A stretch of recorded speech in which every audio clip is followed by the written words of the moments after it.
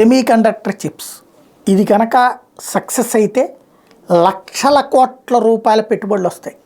లక్షల కోట్ల రూపాయల బిజినెస్ ఇండియాలో జరుగుతుంది.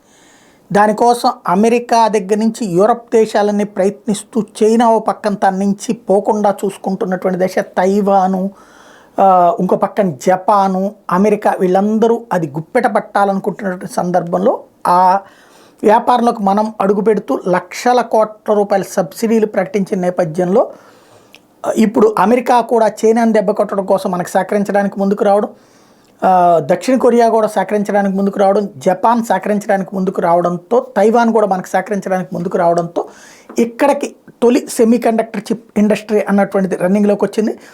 టాటా గ్రూప్ తాజాగా సెమీకండక్టర్ ఫ్యాబ్ యూనిట్ ధొలేరాలో పెడుతోంది. పిఎస్ఎంసి మధ్య జేవీ ఇది 65 nm 48 nm తర్వాత 28 nm తయారీని ప్రారంభిస్తోంది. ఇది ఒక గొప్ప ప్రారంభం.